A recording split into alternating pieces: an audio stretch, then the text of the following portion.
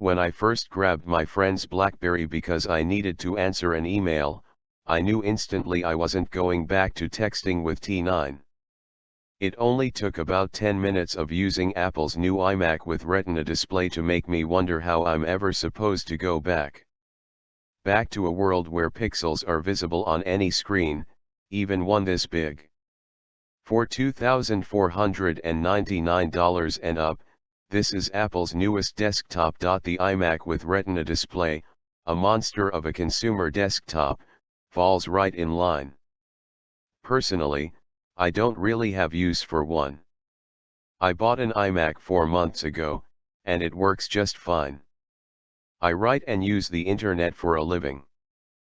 But all it took was 10 minutes. Now I'm trying desperately to find a reason to upgrade. Everything is hidden here. There are 2 Thunderbolt 2 ports, 4 USB 3 slots, an SD card slot, a headphone jack, and an Ethernet port, all on the back right side of the iMac. It's powered by a single, brick-free cable, which threads through the round hole in the base.The iMac with Retina display weighs 21 pounds, and it's 8 inches deep including the base. As long as you have room for its 25.6 inches across and 20.3 inches tall, this machine will look good and fit right anywhere. Apple clearly feels it's figured out the designs for its Macs, none have changed materially in a couple of years.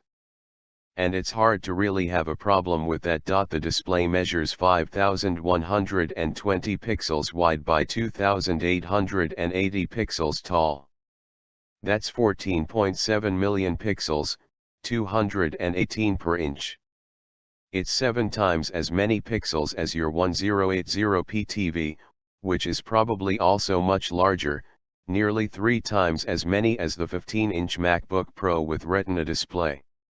Neither of those comparisons is actually useful, of course, nor is telling you that the iMac with Retina display has 150 times as many pixels as the Moto 360. The point is simply this: the iMac with Retina display has a lot of pixels, and there's a lot you can do with all those pixels. By default, the iMac displays at a resolution of 2560 x 1440. It really does take a lot of power to keep this display churning. I've been using the absolute top-of-the-line Retina iMac, the one you spec out on the website, just to see how much it costs. The answer, $4,399.00. My review unit has a 4.0 GHz Intel Core i7 processor, AMD's Radeon R9 M295X graphics with 4 GB of video memory, 32 GB of RAM, and a 1 TB solid-state drive. That is a ludicrous amount of power, and the iMac acts like it.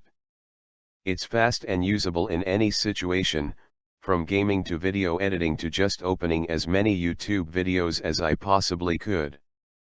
Retina is the future of the iMac, make no mistake.